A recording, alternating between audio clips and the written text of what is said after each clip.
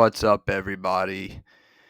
The ninernut is back with the 224, 225, 2024, 2025 season, talking about last night's home opener on Monday night with the very nice victory over the New York Jets. I don't know, man. I gotta admit, I had no idea, as did a lot of other people, about the whole Chris McCaffrey thing going into the game. Although I got a text from my brother-in-law at about, I don't know, maybe 40 minutes before the game telling me no McCaffrey, which I responded to on the text message with the nice, very kind, very true, very good feeling word, fuck. That's exactly was my response to that. Fuck. Yeah, man, it was crazy weird because I don't think anybody really knew, obviously, other than the team, that he wasn't going to play. I know now what I was listening to today on the radio about the tightness he had in the calf at the last couple of check-ins, and they just decided they weren't going to go with him. And now which is kind of obvious. They're saying it's a possibility he may not play this Sunday at Minnesota, which would make sense because of the short week. So we all thought that, well, we're so used to next man up because injuries happen in this game with this team, and like any other year, it's just part of what happens. But we know that in the offense that we have, with the great coaching staff that we have, and with the talent we have behind them, something decent or good was going to happen. And that good thing was, of course, Jordan Mason running wild last night. I mean, Jordan Mason, we all knew he had superb talent. I mean, I love that kid. I thought he had just a lot of nice tools to work with. I still can't believe he wasn't drafted. That's really scary. But I think he does a lot of good things. He's elusive. He's really good in the open field. I like the way he gets around the end. I like the way he has that first cut move. He's not too bad out of the backfield. There's a lot of things to like about him. You put him on another team, and there's a good chance he could be the number one, or at least the highly used number two running back in a running system on multiple teams that we now see use 1, 2, and maybe 3 running backs per. But damn, did he run wild on them last night. I mean, that was embarrassing. Now, coming into that game, we all knew that the New York Jet defense was going to be a problem. I mean, if you watch the Jets like I did last year, I do live in New York, so of course, growing up in a Jet household, I do root for the Jets. They are you could call it my second favorite team. But I will say that the one good thing that did come out of last year's disastrous season was that defense, and that defense was their backbone, even though, of course, at times, the offense had put them in such a terrible predicament that they weren't able to, perform as good as they could. That defense did everything they could. And then last season, at a certain time, they definitely just broke down, kind of ran out of gas, what have you. But I thought that defense was going to come to play last night. I figured this is either going to be an absolute blowout. We're going to absolutely destroy them, or it's going to be somewhat interesting, because if that defense can do what they did last year, Rodgers can stay healthy and they can get somewhat of a decent offensive flow going, which they did on that second drive, then this could be something. Now, the fumble, Breece Hall obviously really helped.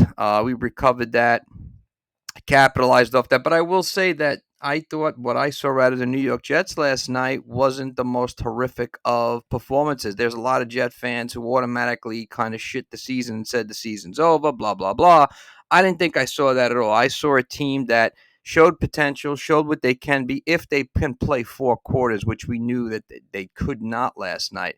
And a lot of that has to do with Coach Saleh. As much as I love him as a defensive coordinator, I do not think he's a very good head coach. Let's face it, he's 18-35 overall. His press conference at the end, I know that doesn't always mean much, but he looked lost. He didn't have an answer. He didn't make adjustments whatsoever. And it just doesn't look to me that he's like an actual head coach. Like when I see Shanny's involved in everything, okay? When I see guys like even O'Connell on the Vikings, who's a great coach, he's involved in everything. McVay with the Rams, he's involved with everything. So it just doesn't look like he has a lot of input there. Now, I could be wrong, but optics to me just looks like no, he doesn't. And the second half, just, again, they didn't make any changes whatsoever. They had no answer for us whatsoever. But that all, of course, goes to how good of a team we are. Now, on that, let's talk about the good, the bad, and the motherfucking ugly, okay? The good, obviously, we could start anywhere you want, is that offensive line. The offensive line, 49er offensive line, obviously obliterated that Jet defense, okay? Trent Williams didn't miss a beat. I mean, that guy is the best tackle in football. He could be the best tackle ever. Another all-pro. So happy he's back, man. It couldn't have been an offensive line without him. Aaron Banks is an absolute freak show. Okay, did a tremendous job. Did you ever really see the size of him? There was a shot of him walking back to the huddle. He's Mount Olympus, bro. It's not even funny. I thought the rookie, okay, did damage last night. Okay, I really, really was happy with what I saw out of him. I think that there is nothing but upside for him because I think he really, really helps to complement that offensive line. I think he could possibly be the missing piece that we have been looking for on that offensive line. Dominic Pooney got loose a couple times last night and was just, a runaway train, man. What a find. What a diamond in the rough, man. Okay. Colton McKivitz, I thought looked good at times. He did have, I think, 2 penalties against him. One of them I thought was complete horseshit. The holding, I thought that was just kind of could have been a 50-50 call, but I could see why they called it, but I didn't really think it was holding. And, of course, I thought Jake Brendel didn't play too bad either. I mean, the offensive line, I thought, for the most part, when it came in terms of running and protecting Purdy, they did that. I know they did give up 3 sacks. We will get into the stats eventually. I was actually surprised because I didn't even think they gave up that many.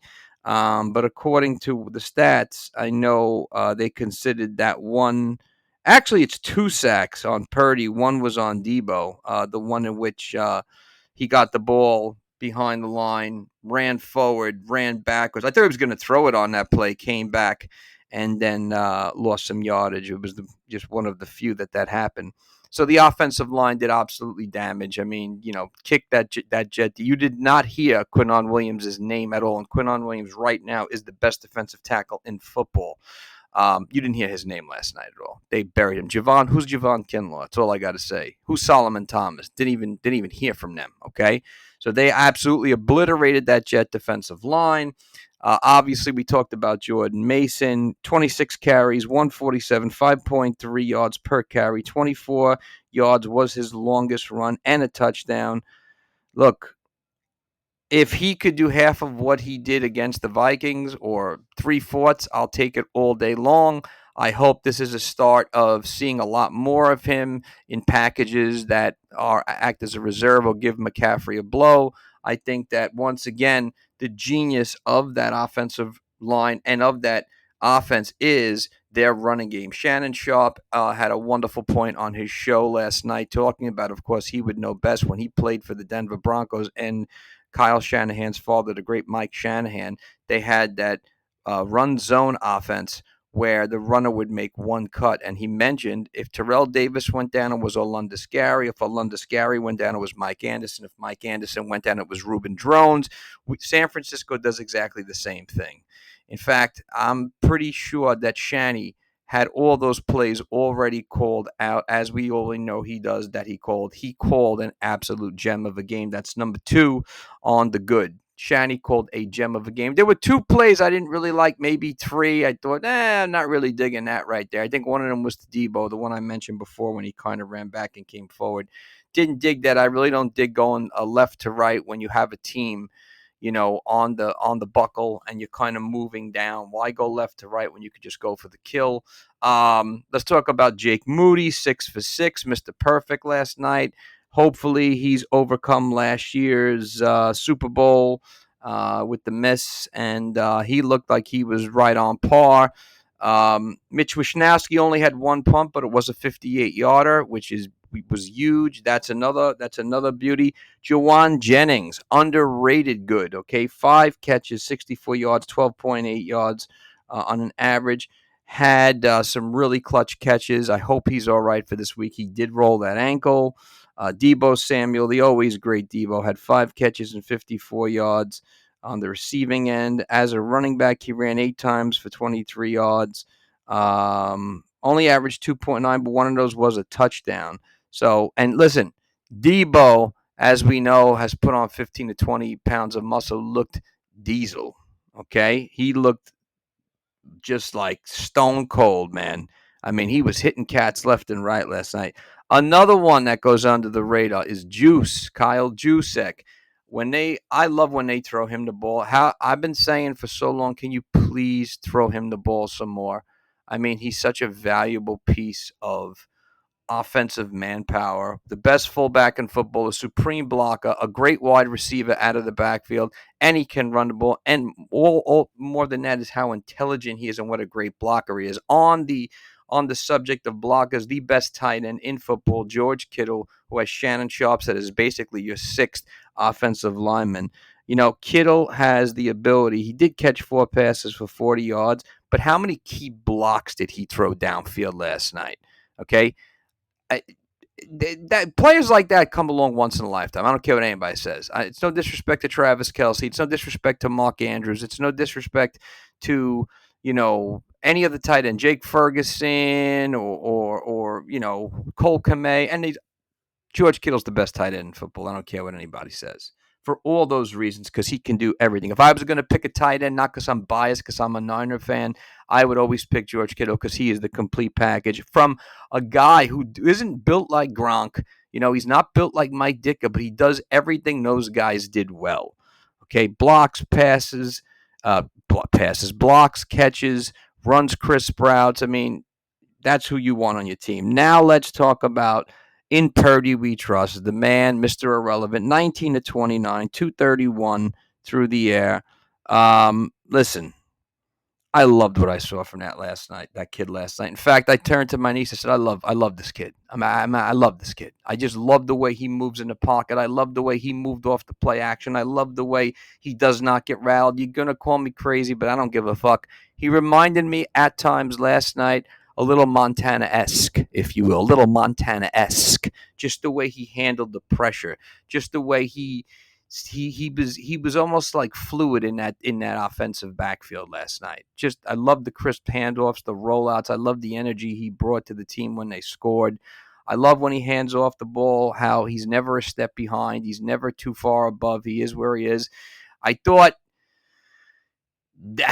he threw a dime to Ayuk in the end zone. That's on BA for dropping it. I mean, let's he maybe he's a little rusty from lack of practice or whatever, but that should have been a touchdown. Even the pass he threw when he stood in the pocket, he threw into double coverage up above. I think it was Jennings who caught that. That I thought was dangerous because Tony Adams and DJ Reed were right there, but it happened to be right on the money. The kid, 65.5 percentage last night. His rating was 89.9, which is low for him, but I loved what I saw. The one thing I cringed at is when he did not slide and went head first. I give him credit, but yo, dude, please slide from now on. Don't go head first. Please don't go head first. For yourself first, and then for me. You're going to give me a fucking heart attack, dude. Who else should we talk about? We mentioned Juszczyk, 3 catches, 40 yards through the air. Ayuk, Juszczyk, 2 catches, 40 yards. Ayuk, 2 catches, 28 yards. He was targeted a little bit more than that. He did have 5 targets on the evening, but obviously he did drop that one pass. Let's go to the defensive side of the ball. Best linebacker in football, Fred Warner. Fred Warner had last night the greatest pregame speech I think there ever was. I believe, and I'm quoting from what I put on my Instagram page last night. I believe it was. Where is it? This was so good, man. He said, "We in the business of whooping motherfuckers' ass." Man, that's the greatest pregame speech I've ever heard. There's nothing more true. Best linebacker in football, bar none. I don't care what anybody says. 7 tackles total last night. Who else did we get? He did have a forced fumble. Devondre Campbell, 5 tackles. We did get 1 sack out of Leonard Floyd. Now, let's go to another good, but of course, the same thing happens again. Did anyone see when Kyle Bosa all but got choked out last night? And again, there was no penalty call. I mean, it's a continuation of the friggin' Super Bowl. No call whatsoever. That happened a couple times last night. I counted. I thought Diamador Lenore did as good a job as he could do when he was guarding Garrett Wilson. Garrett Wilson is a legit wide receiver. I don't care what anybody says. That kid is one of the best wide receivers in football. There was that one segment where Garrett Wilson made that nice catch. I think it was on 3rd down. Lenore was all over him. There's not much more you could have done. Great players make great plays, just the way it is. Other than that, I thought we had more sacks, tell you the truth. I thought we did get that one pick, of course. It was a nice tip from Lenore, and Flanagan Fowles picked it off. That was a big turnover. So my hat off to the defense. Look, we held their running game in check. We shut down Breece Hall. We stripped him of the ball. We forced Rodgers into a turnover. We put a little bit of pressure on him. I thought we'd do what we could. Could we have been a little better? Yeah, we'll get to that when we get to the bad. That's about as much as the good I could talk about. Let's get to the bad. The bad really isn't that bad, but I think it's just things that have to be cleaned up. Now, as good as Moody was with 6 for 6, as Brock Purdy had put it in the beginning of the season, what he hoped to do is finish a lot more offensive plays with a score. That's what we need to do. Don't get me wrong. 32-19 was a good win. I don't think we should have given up that last touchdown, but that's just me. But I will say that in the future, we have to score more points. We got to get 6 points. We got to hit pay there, because when we're going up against the Lions, when you're going up against the Rams, when you're going up against the Eagles, you got to put your foot on these teams' throats. That's the only way to do it. Field goals great, but when you're playing a team that can come right back down the field and score, or you're playing a team that has the ability to really be a tough defense, especially with their back to the goal line, you've got to put 6 on the board. Okay, you've got to put 6 on the board. So that's one of the bad. Another one of the bad was brandonaiyuk with the drop. Again, rusty. I'm sure he'll pick it right back up again. I'm not worried about that. The bad was maybe 2 or 3 play calls. I didn't agree with Shanahan, just from my point of view, but I thought he called the gem of a game. The bad was McKivitz on the penalty. Didn't dig that too much. Then again, I really don't think it was all his fault, but that's that. The motherfucking ugly was the touchdown to Alan Lazard over the top. I mean, it was a nice pass from Aaron Rodgers to a very tall Alan Lazard, used to doing that in Green Bay, but still, you can't give up touchdowns like that. I don't like those soft ass touchdowns that they give up, especially the one in garbage time to Tyrod Taylor. I think that matters, man. I don't know. There's something about that I just don't dig. I just would have liked to have beaten them 32-12 or 32-13 rather than 32-19. On that note, talk about that second drive the Jets had. Was it fucking ugly? No, I think it was the defense. Just in my opinion, was a little bit of a step slow to a lot of what the Jets were doing. It was the one time I can say that offensive coordinator Paul Hackett had a really nice flow going. The Jets were really in sync there. You saw Rodgers to Wilson various times. That was about all he threw to last night, other than the touchdown pass to Lazard. It was the Garrett Wilson show. But there were times when, obviously, you can't let Rodgers, I don't care if he's 40 or 30, you can't let him get in sync. But that, to me, was the motherfucking ugly. The motherfucking ugly wasn't as motherfucking ugly as it could have been, if that makes any sense. But talking about team stats, obviously, we beat them in first downs 24-14. Total plays 70-49, as we held the play clock for 30. We held the ball for 38 minutes compared to their 21. Third down efficiency, our 6 for 13 to their 6 for 10. Total yards, our 401 to their 266. Yards per play, we only averaged 0.3 more at 5.7 to 5.4. Passing yards, our 221 to their 198. Rushing yards. Here is what we keep saying all the time. It's like the Pee Wee's Playhouse secret word of the day. Everybody fucking screams. When we hold teams under 100 yards on the ground, for the most part, we win. I'll say 90 to 95%. We held the Jets to 68 total yards. When we rush for over 100 yards, we fucking win. We rushed for over 180 last night in total, averaging 4.7 yards per. In the red zone, we were 2 for 5 as they were 2 for 2. That is the motherfucking ugly I'm talking about. You can't be 2 for 5. That can't happen. Okay, once you're in the red zone, we have to capitalize. There's that much talent, there's that much experience. We have to capitalize. Penalties, really good last night. 4 penalties for 40 yards, no turnovers whatsoever. That's the biggest aspect of the game. Well, one of the most important, if you ask me. Didn't turn the ball over.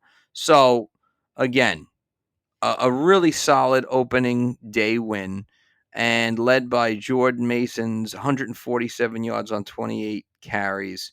Um, what a performance, man. I mean, it's so funny. My feed is so full of Jordan Mason, it's ridiculous. Whether I see it on Instagram or Facebook, it's become Jordan Mason, this and that. Now, a little bit of controversy, if you will. Supposedly, at the end of the game, I did see him say he found out Friday that he was going to start, which Coach Shanny put to bed and said that's not true. That didn't happen.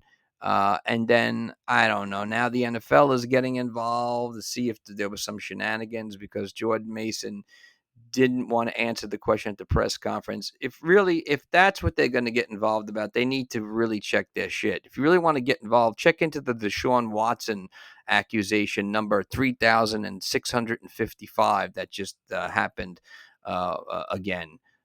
Really, I mean, if you got nothing better to check into that one, not to this. This is ridiculous, but it's absolute nonsense. But going forward, we play a Viking team that's coming off a very nice win. I did watch that Giant game on Sunday. Sam Darnell was 10 for 10 at one point. Justin Jefferson did some damage. One guy who really surprised me was Sam Darnell. As I just said, he was 10 for 10 at one point. I forget the numbers he had were impressive. But look, I'm not taking anything away from him, but he was playing a shit Giant team, probably one of the worst teams in football. Plus, this is the same Sam Darnell that's had the same MO his whole career. Sometimes he starts out really well, and then he goes absolutely into the shit box. But Sunday, he was 19 of 24 for 208 with 2 touchdowns and an interception. Aaron Jones looked great for the Vikings. He rushed 94 yards on 14 carries and a touchdown. I think at about this point right now, although of course the Packers didn't see T.J. Dillon going down, they got to be kicking themselves because he still had a lot of gas in his tank. At least that's what he showed on Sunday to me. But Justin Jefferson, Jordan Addison, Ty Chandler, this is for the most part is a pretty competitive team. Thanks to head coach Kevin O'Connell, thanks to defensive coordinator Brian Flores. Their defense, again, this is the Giants we're talking about. They sacked Daniel Jones 5 times as Pat Jones had 2 sacks. Andrew Van Ginkel had like the game of his career, the linebacker who came over from the Miami Dolphins. Not only did he have a sack, but he also had an interception returned for a touchdown, being that Daniel Jones fucking gave it to him 5 yards outside the end zone. The same guy, Van Ginkel, is the same one who knocked out Daniel Jones last year with the neck injury. But the Vikings did get 5 sacks on Sunday and 2 interceptions. So this is a team. Look, are we a better team than they are? Talent for talent on paper, yeah. But we know that doesn't always matter. We had trouble with them last year when we went to play them in Minnesota. That was that overtime debacle where ex-defensive coordinator Steve Wilkes made a blunder. We gave up that touchdown at the end of the half. Another game we really should have won. Purdy ended up throwing that pick at the end. So obviously this isn't the same Viking team because there is no Kirk Cousins. There is no Daniel Hunter. There's no Eric Kendricks. But from what I saw on Sunday, mind you, they were playing the Giants. I still think that they could be a threat. I think Kevin O'Connell is a really good coach coming into his own. He was able to do really good with Sam Bradford on Sunday, able to look pretty solid, although it is just one game on Sunday. But it's not going to be an easy game whatsoever. We're going on the road. We're going to be without Christian McCaffrey. I don't know if we're going to be without Juwan Jennings. I don't know if we're going to be without anybody else. We got to wait and see how the week unfolds to see what the injuries are going to be. Although last night it didn't look like we were nicked up that much. But this is a game we should win for all intents and purposes. Let's face it, we're a much better team than the Vikings. What I'd like to see is just more capitalizing on drives that we should have done last night. But this is a good week to do it against a team like the Vikings. I hope they go in there and are able to run that score up and really score touchdowns where they would have kicked field goals instead of kicking field goals, I should say. But coming back to last night's win, look, you could say what you want about Coach Shanahan. Yeah, he does have to win the big one, 100%. That's the end-all, be-all. It's the only place for this team to go. There is no other place for them to go. They can't just make the playoffs. They can't just go to the NFC Championship game. They have to win the whole fucking thing this year. We can say all that, but you have to admit Shanahan is a master game caller. He is a very cerebral, if not the most cerebral coach in football at this point, making his father proud. If you don't know who his father is and you're not familiar with the great Mike Shanahan, go back and watch his 2 Super Bowl runs with the Denver Broncos and what he did with those teams when injuries came around. And you'll know exactly what I mean. Shanahan called the fucking gem and out-coached Coach Saleh big time last night, although that's not saying much because I don't think Robert Saleh is really a good head coach. I think he's a much better and wonder defensive coordinator where he belongs. Speaking on terms of defensive coordinator, ex-49er linebacker Jeff Olberg is the defensive coordinator for the Jets. And while I think he's done a phenomenal job with that defense last night, he was out-coached. Speaking of defensive coordinators, right, on that note, I thought that the Niners defense looked pretty darn good last night. Now, was it great? No, it wasn't great. I wanted to see more sacks, obviously, but I thought new defensive coordinator Nick Sorensen did a pretty decent job. I thought that they looked very alive. They looked very in sync as a unit.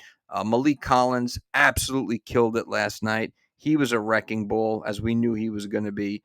Big old body in the middle, stuffing that run right up. Obviously, Nick Bosa is Nick Bosa. We all know that.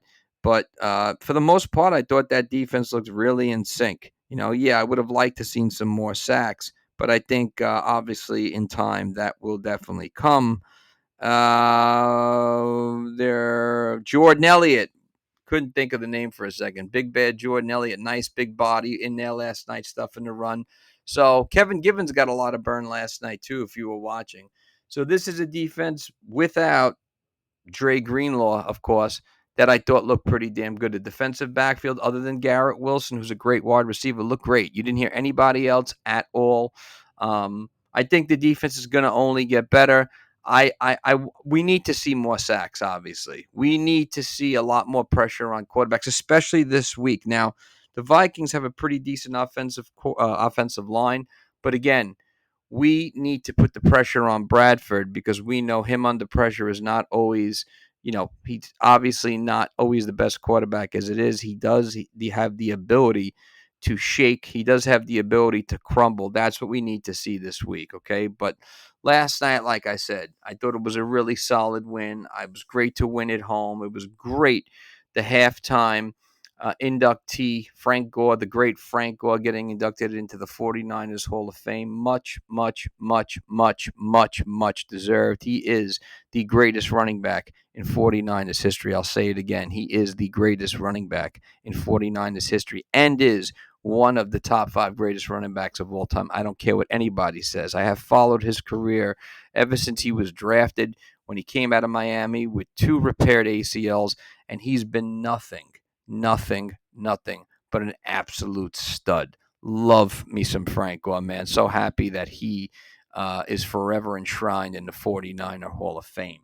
So if you didn't get a chance to see the game, I definitely think you should go back and watch it. It was really, the crowd was into it. Everything looked good. I think we picked up right where we left off. I don't think this team is going to miss a beat. We're not going to miss a Ricky Armstead. I don't think that's a thing. We are. Obviously, you do miss Dre Greenlaw, but I thought Devondre Campbell's filling in well. And everything else I think is going to improve. I mean, this win kind of reminded me a little bit of last year's opening day win against the Pittsburgh Steelers. Maybe we did a lot. We put a lot more pressure on Pickett, Kenny Pickett last year than we did Aaron Rodgers. But I thought that we were really obviously the much better team, the much better, well coached team, and the team that executed precisely and much better. And that's everything. We have to do that every single week. Like I said, there is nowhere for us to go or to do than to win the fucking Super Bowl this year. It's the end all be all. Because after this year, if it happens that we don't win, the ship is already sinking in terms of contracts, players getting older, free agency, whatever. We have to win this year. So if you get a chance and you missed last night's game, definitely go back and see that. We're 1-0, baby, 32 to 19 over the Jets. Good stuff, man. I was happy. I was happy with it. So this week we will be in Minnesota playing the Vikings, a rematch of last year. We need another W, obviously, and this one's personal because they stole one from us last year. So it's a tough place to win in Minnesota, man. Like I said, very well coached team. All right, Ninernuts out. Be coming back at you sometime soon with some more content. Be well. God bless. 1-0, baby. On our way. 16 more to go.